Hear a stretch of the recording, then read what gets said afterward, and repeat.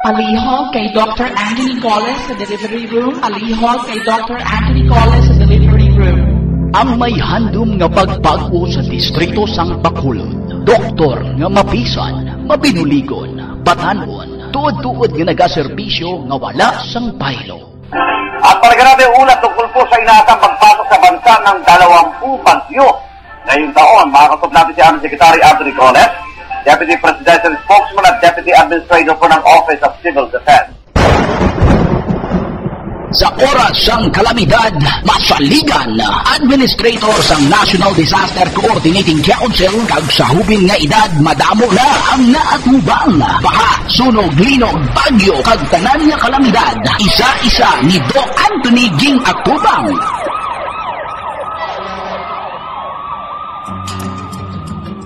Buligan niya ang tanan hasta ang wala na kinahanglan para ipakita ang pagbulig sa publiko na wala sang kapareho, wala sang paylo, kag serbisyo na matuod-tuod halin sa tagapag-alagad ng isa ka doktor. Dr. Anthony Coles! Anthony Coles!